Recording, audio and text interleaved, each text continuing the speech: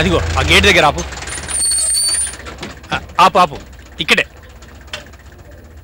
Okay okay okay ఆపు. ఎంతైంది? 50 రూపాయి.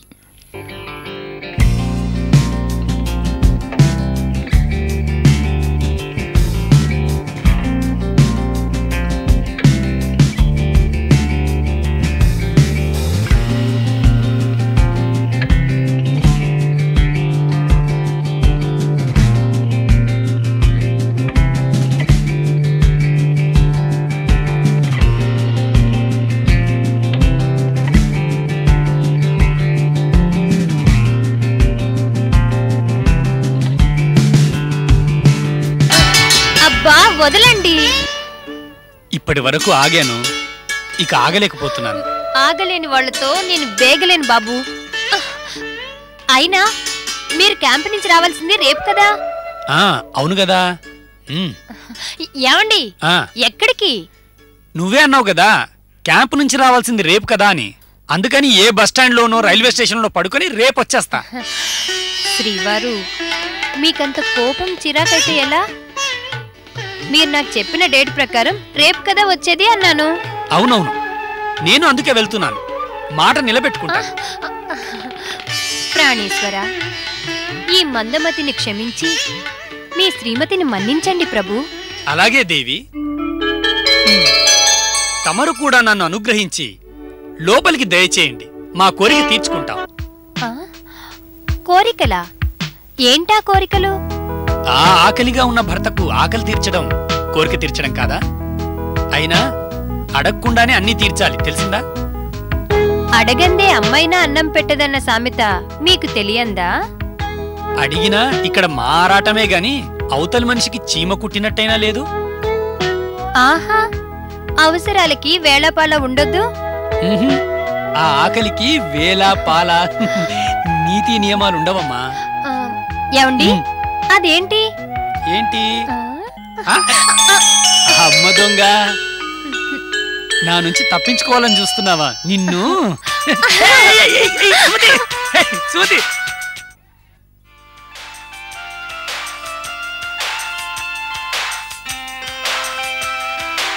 సత్య, నేను ఎప్పటి నుండో ఓ విషయం నిన్ను అడగాలనుకుంటున్నాను. ఏంటండి? ఈ ఉప్మా ఉన్నది చూసావు, ఇది మీ ఇంటి పేటెంట్ అక్క. అంటే ఏం లేదు, నెలలో కనీసం 15 సార్లైనా ఈ ఉప్మా బారిన పడక తప్పడం లేదు. బహుశా మీ వంశం వాళ్ళు బ్రిటిష్ వాళ్ళతో ఏమైనా రవ్వతో ఒప్పందం కుదుర్చుకున్నారేమోనని. బ్రిటిష్ వాళ్ళతో ఒప్పందమా? అసలేం అర్థం కావట్లేదు. ఏంటండి మీ మాటలు? నీకు అర్థం కాదులే, ఈ డొంక తిరుగుడు మాటలు ఎందుకు గాని. నాతో డౌటోయ్, మీ తాత ముత్తాతలు బ్రిటిష్ వాళ్ళ హాయంలో బొంబాయి రవ్వను గుత్తాకు తీసుకున్నట్టున్నారు. అందుకే మీ ఇంట్లో ఉప్మా తప్ప మరో టిఫిన్ చేయరు, రాదు కూడా. వాళ్ళ వంశాంకురమైన నువ్వు కూడా దాన్ని ఆనవాయితీగా తీసుకున్నావా? అంటే ఏమిటండి మీ ఉద్దేశం? నాకు మిగతా టిఫిన్ రావన్నా? అమ్మయ్యా, నా శ్రమ ఫలించింది. ఇక నేను తక్కువగా మాట్లాడొచ్చు. అయ్యో, తమ టిఫిన్ తింటారో భోజనం చేస్తారో ఆఫీస్కి వెళ్లే ముందు దాకా చెప్పరు. అలాంటప్పుడు టిఫిన్ అనగానే వెంటనే ప్లేట్లోకి వచ్చేది ఈ ఉప్మాయే అండి. అయినా మీ తప్పులకు పెద్ద శిక్ష ఇదే. ఇది నా నిర్ణయం అండి. అయినా 1 ఇయర్ నుంచి చూస్తున్నాను, ఎంతసేపు తిండి ధ్యాసే తప్ప.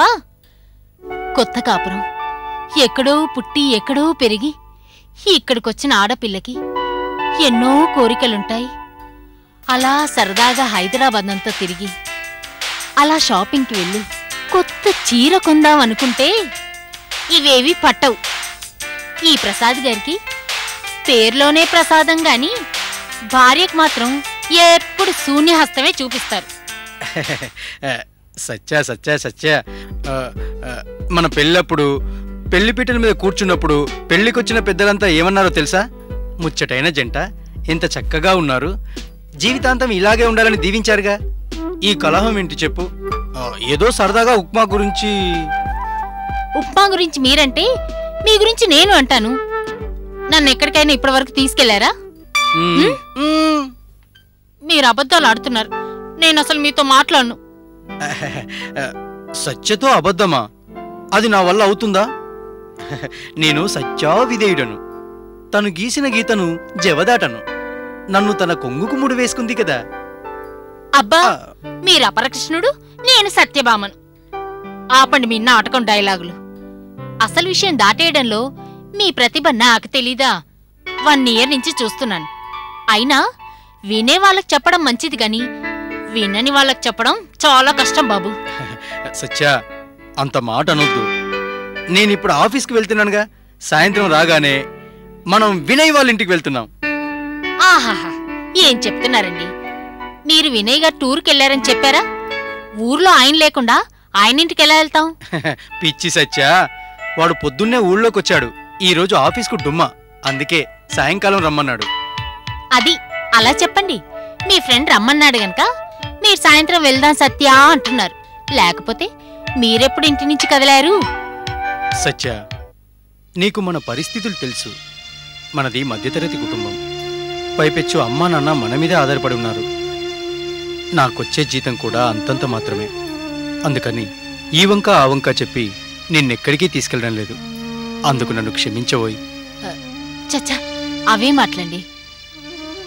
నాకు ఆ మాత్రం జ్ఞానం లేదనుకున్నారా? అయినా మీరన్నది నన్నే కదా. ఈ ఏడాదిలో అలా జరిగింది. అన్నీ మర్చిపోదాం. మీకిప్పుడు గ్రహస్థితి అంత అనుకూలంగా లేదు. వచ్చే ఏడాదిలో మంచి మార్పులు వస్తాయి. ఇవన్నీ మనసులో పెట్టుకోకండి. మరి నీకు జాతకాలు కూడా తెలుసుగా. నన్ను ఈ పొద్దున్నే వాయించనేలా, నేనిలా వాపోనేలా. అమ్మో, ఆఫీస్కి టైం అయిపోతుంది. సత్య, వెళ్ళి లంచ్ బాక్స్ తీసుకురాపో. సత్య, నాకు చాలు, ఇది తీసుకెళ్ళు.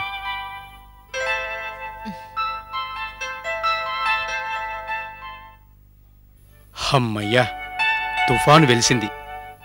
లేకపోతే మనం ఖతం. జాతకాలు ఎవడు కనిపెట్టాడో గాని మనకు భలే ఉపయోగపడ్డాయి.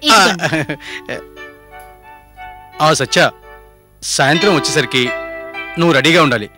మన ఇద్దరం వినయ్ వాళ్ళ ఇంటికి వెళ్ళొద్దాం. ఓకేనా? Bye bye.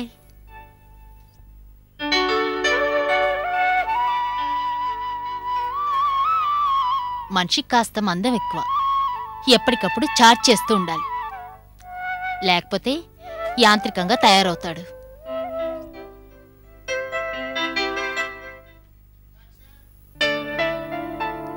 సుమతి, సుమతి, అబ్బబ్బా, సుమతి!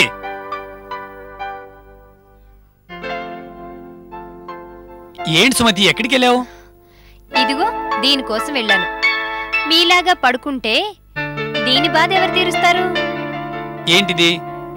వేళగాని వేళ టిఫిన్ ఏంటి? నేనింకా అన్నం తినలేదు తెలుసా? కానీ వేళ కాని వేళ అన్నం తినకూడదు తెలుసా? అదేంటి? మా చిన్నప్పుడు ఎప్పుడు పడితే అప్పుడు అన్నం తినమనేవాళ్ళు. నువ్వేంటి కొత్త రూల్స్ చెప్తున్నావు? ఇప్పుడు అంతటా ఆరోగ్య సూత్రాలు పాటిస్తున్నారు. మంత్రి సత్యనారాయణ గారు రోజు మితాహారం మితాహారం అంటూ టీవీలో ఘోషిస్తున్నారు కదా. మితాహారం అంటే కడుపు మార్చడం కాదు. ఎమండోయ్, ఆ విషయం కూడా చెప్పారు. ఉపవాసం చేస్తే చాలా మంచిదట. లంకణం దివ్యౌషధం అన్నారు. నేనే పాపం కదా అని పలహారం తెస్తే అందుకు మెచ్చుకోక అరుస్తారేంటి? సుమతి, వారం రోజులు క్యాంపులో సరైన ఆహారం లేక ఏది పడితే అది తిన్నాను. ఇంటికొచ్చాను లేని సంతోషిస్తుంటే నువ్వేంటే కడుపు మార్చమంటావు? ఊళ్ళల్లో నానాగడ్డి తినొచ్చారు కదా, అందుకు మంది ఇదన్నమాట. రేపటి నుంచి ఫుల్ మీల్స్, సరేనా? అంటే రాత్రికి కూడా ఇంతేనా? అప్పటి సంగతి అప్పుడు చూద్దాంలేండి. థ్యాంక్స్ సుమతి.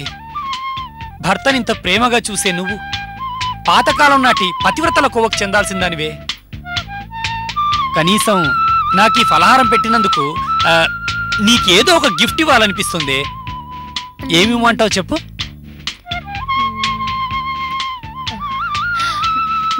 ఏంటి గోడ మీద బల్లె?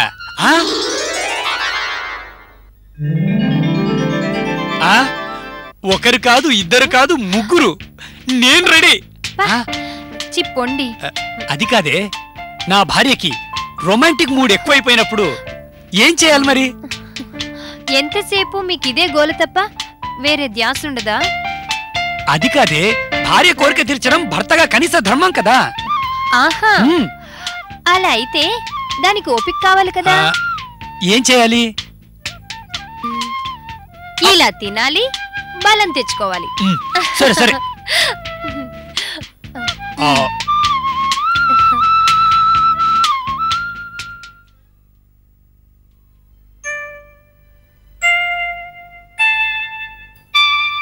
సార్, ఏంటి సార్ ఈరోజు పెందరాలు వెళ్ళిపోతున్నారు? ఏరా, నీకు చెప్పాలా? అడ్డడ్డడ్డడ్డ, ఎంత మాట అనేసినారండి. మన ఆఫీసులో మన బాస్ గారి తర్వాత అంత సీనియర్ నానే కదండి. మీరు నా మాట నమ్మాలి. ఆ మాట ఎప్పుడో నమ్మాను గాని నువ్వెప్పుడూ ఒక విషయం గుర్తుంచుకోవాలరా. నువ్వెంత సీనియర్ అయినా ఆఫ్టర్ ఆల్ ఫ్యూన్ గాడివి, మేం క్లర్కులం. అర్థమైందా?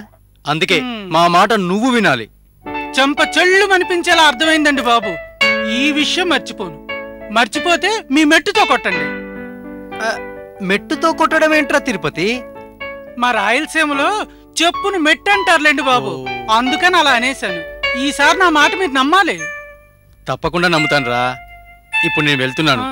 లోపల బాస్ బిజీగా ఉన్నట్టున్నారు. ఒకవేళ అడిగితే అర్జెంట్ పని మీద బయటికి వెళ్ళారని చెప్పు. ఆయన ఏమంటాడేమో, మీరే చెప్పెళ్ళొచ్చుగా. అమ్మో, ఈ సాయంకాలం నాకు మనశ్శాంతి లేకుండా బుర్ర తినేస్తాడు. నేను వెళ్తున్నాను. నువ్వే ఏదో ఒకటి చెప్పి మేనేజ్ చేయరా. అన్ని మేనేజ్మెంట్లు నేనే చెయ్యాలి, నా మీద పెత్తనం మాత్రం మీరే చేస్తారు. సర్లేండి, బాస్కి ఏదో ఒకటి చెప్తాను. ఒరేయ్, ఏదో ఒకటి చెప్పి నన్ను ఇరికించమాకురా. అంత మాత్రం నాకు తెలదండి. మీరు ధైర్యంగా వెళ్ళండి, మిగతాది నేను చూసుకుంటాను. నన్ను నమ్మండి. నేను వెళ్ళాక వీడు ఏ ఉపద్రవం తీసుకొస్తాడో ఏమో. ప్రసాద్ సార్, ప్రసాద్ సార్ వెళ్ళిపోయారు. ఇందాక లేదో చెప్పారే, ఏం చెప్పారు?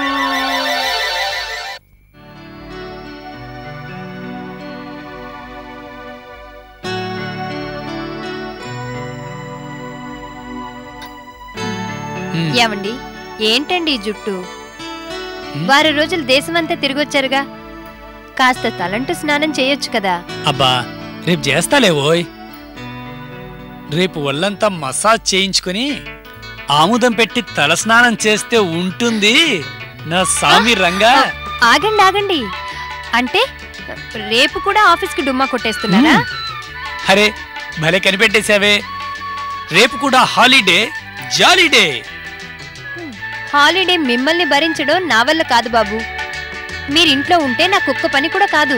అయినా ఆఫీస్కి వెళ్ళి వారం రోజులైంది కదా, వెళ్ళి టూర్ రిపోర్ట్ ఇవ్వరా మీ బాస్కి? నువ్వేమైనా నా బాస్వా? అయినా నా ఇష్టం వచ్చినప్పుడు ఆఫీస్కి వెళ్తాను, లేదంటే మానేస్తాను.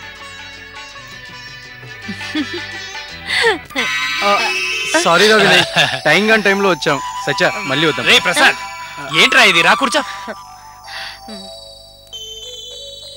హాయ్ సుమతి. ఏంట్రా ఆఫీస్ విశేషాలు? కొత్తవి నీకు తెలియనివి ఏముంటాయిరా. మన బాసు నువ్వు తెచ్చే సేల్స్ రిపోర్ట్స్ కోసం 1000 కళ్ళతో ఎదురు చూస్తున్నాడు. ఇక ఆయన వీరబాదుడి సంగతి అందరికీ తెలిసిందే.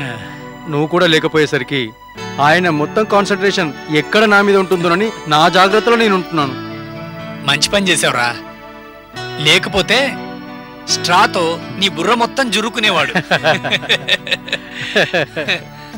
స్ట్రాంగ్ టీ పెడతాను, తాగి ఎలా ఉందో చెప్పాలి. ఓకే?